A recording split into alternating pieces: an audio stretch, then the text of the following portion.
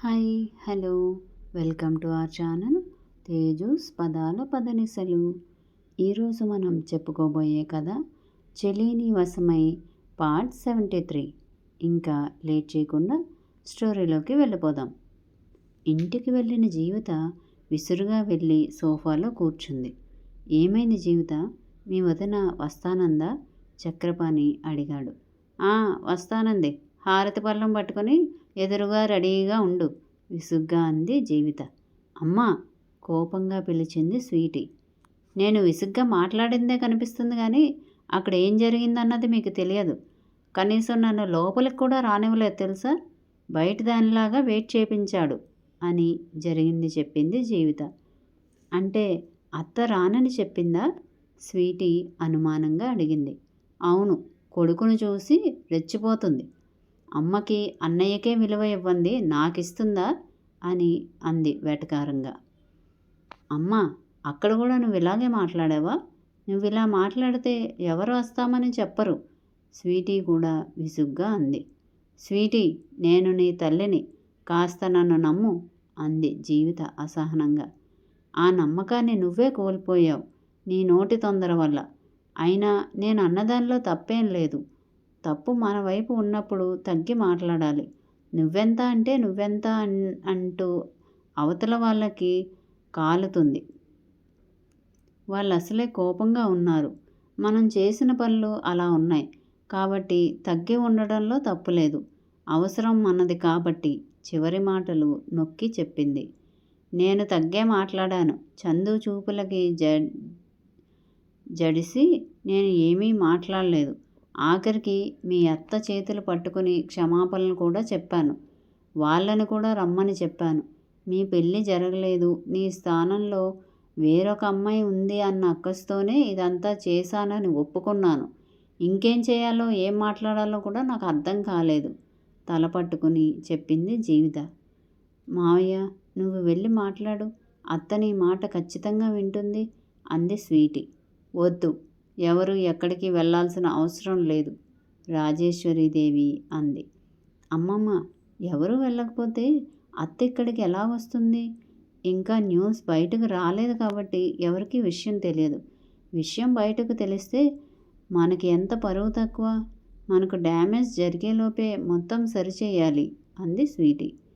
ఇది ఇప్పుడు నువ్వెళ్ళో నేను వెళ్ళో లేక ఇంకొకరు వెళ్ళి బ్రతిమాలితేనో ఏమీ జరగదు. జరిగేది ఏది మనం మార్చలేం. అనవసరంగా వెళ్ళి ఇష్యూని ఇంకా పెద్దది చేయకండి. అలానే ఎలా వదిలేస్తామమ్మా? తను నా భార్య, నాకు హక్కు ఉండదా తెచ్చుకోవడానికి? చక్రపాణి అడిగాడు. ఏదైనా బంధం ప్రేమతోనే నిలబడుతుంది. పెళ్ళై ఎన్ని సంవత్సరాలైనా తను నిన్ను వదిలిపెట్టి వెళ్ళిపోయిందంటే మీ మధ్య ప్రేమ లేదు. ఆ ప్రేమే ఉంటే భర్త ఎంత దుర్మార్గుడైనా ఎన్ని తప్పులు చేసినా తనను వదిలిపెట్టి వెళ్ళేది కాదు భార్య. నీకు చాలాసార్లు చెప్పాను చక్రపాణి, భార్య అంటే బానిస కాదు, నీ మనిషి అని. తనని ప్రేమతోనే కట్టిపారేయాలి కానీ మగాడిని అన్న అహంకారంతో కాదు. నేను చెప్పిన మాటలు నువ్వు ఎప్పుడూ ఫాలో అవ్వలేదు. అదొక్కటే కాదు, ఏ విషయంలో కూడా మీరు నేను చెప్పిన మాట వినలేదు.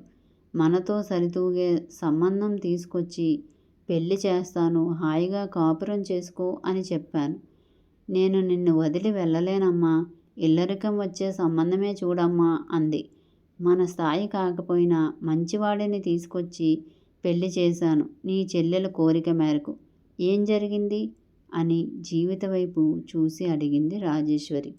అలా జరుగుతుందని నేను మాత్రం కలగన్నానా? నా భర్త చాలా మంచివాడు, నన్ను చాలా ప్రేమగా చూసుకున్నాడు. మేం కలిసి ఉన్నంత వరకు హాయిగానే ఉన్నాం, సంతోషంగా, పౌరుషంగా అంది జీవిత. నువ్వేం కోల్పోయావో నీకు ఇప్పటికీ తెలియట్లేదు అన్నట్టు కూతురిని ఒక చూపు చూసి, చక్రపాణి, ఇప్పటికైనా నేను చెప్పినట్టు విను. కొన్నాళ్ళు సైలెంట్గా ఉండండి. చందు కోపం అదే పోతుంది. మీరు అనవసరంగా తనని మాటలతో రెచ్చగొడితే మీ మధ్య దూరం ఇంకా పెరుగుతుంది. నేను చెప్పేది కాస్త దృష్టిలో పెట్టుకొని కొన్నాళ్ళు సైలెంట్గా ఉండండి. ఎప్పుడు నా మాట వినలేదు, కనీసం ఇప్పుడైనా నా మాట వినండి అంది రాజేశ్వరి. ఎందుకు వినాలమ్మా? ఆ రోజు వాళ్ళని చంపినట్టు వాళ్ళ బిడ్డని కూడా చంపేస్తాను అన్నాను, కానీ వద్దని మా చేతులు కట్టేశావు. అసలు ఆ రోజు ఆ పిల్ల కూడా వీళ్ళతో పాటు చచ్చినట్టయితే ఇప్పుడు నా ఇంటి కోడలు అయ్యేది కాదు, వాళ్ళతోనే చచ్చి ఉండేది. వద్దన్నావు, ఇప్పుడు చూడు ఈ ఇంటి కోడలయ్యింది. అసలు నాన్న ఇంకో పెళ్ళి చేసుకోమంటే చేసుకోనన్నాడు, కానీ ఆ రోజు నువ్వే ఒప్పించావు.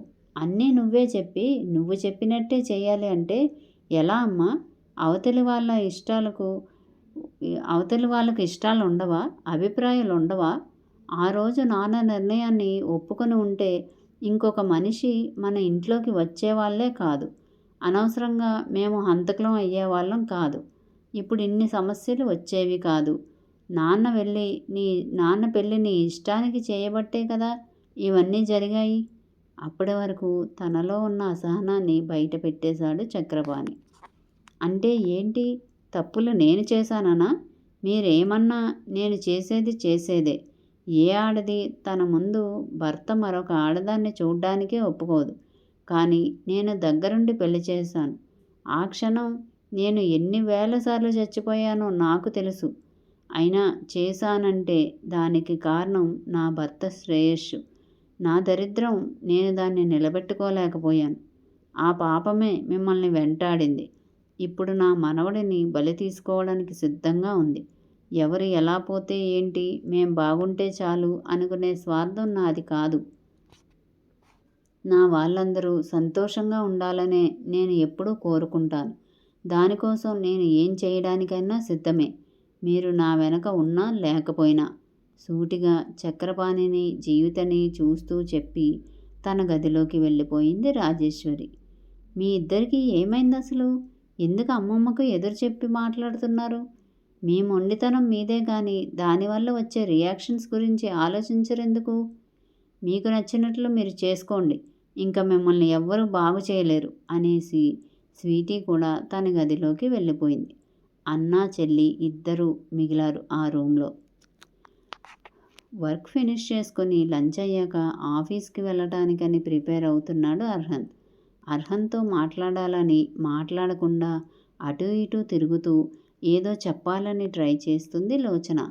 తను పూర్తిగా రెడీ అయ్యే వరకు లోచనాని గమనిస్తూ పూర్తిగా రెడీ అయ్యాక తన చేతిని పట్టుకొని బెడ్ మీద కూర్చోబెట్టి, ఏం చెప్పాలనుకుంటున్నావు నాకు అని అడిగాడు. అది అంటూ తడబడుతుంటే, నేను నీ బావనే కదా, ఏదైనా చెప్పొచ్చు, చెప్పు అన్నాడు నవ్వుతూ. నువ్విప్పుడు వెళ్ళాలా బావా? కళ్ళు మూసుకుని గబగబా అడిగేసింది. లోచన అలా ఎందుకు అడిగిందో అర్థం కాకపోయినా ఆమె కళ్ళల్లో భయం చూసి, ఏ వెళ్ళొద్దా? నేను బయటికి వెళ్తే నన్ను మిస్ అవుతావా? అల్లరిగా అడిగాడు. లోచన భయం ఏంటో తెలుసుకోవాలి అన్న ఉద్దేశంతో అడిగాడు. నువ్విక్కడ లేకపోతే నాకేం బాగోదు బావా. నువ్వు వెళ్తానంటుంటే నాకు భయంగా ఉంది. నడుం చుట్టూ చెయ్యి వేసి అతని పొట్టకి తల ఆనించి చెప్పింది. ఎందుకు భయం? ఇంట్లో పంకజాక్షి ఉంది, అమ్మ ఉంది, వాళ్ళిద్దరూ ఉన్నారు కదా నిన్ను జాగ్రత్తగా చూసుకోవడానికి. నేను వెళ్ళినా ఎక్కువసేపు ఉండను, 1 గంట పని ఫినిష్ చేసుకుని వచ్చేస్తా అన్నాడు అర్హన్. వాళ్ళు కాదు, నువ్వే ఉండు. అర్హన్ని వదలటం తనకి ఇష్టం లేదన్నట్టు గట్టిగా పట్టుకుని చెప్పింది. ఎందుకు అని అడిగాడు. ఈసారి అర్హన్ గొంతులో అల్లరి లేదు, విషయం ఏంటో తెలుసుకోవాలన్న నిశ్చయం తప్ప. మా వీడియో కనుక మీకు నచ్చినట్టయితే లైక్ చేయండి, కామెంట్ చేయండి, సబ్స్క్రైబ్ చేయండి, బెల్ కొట్టండి.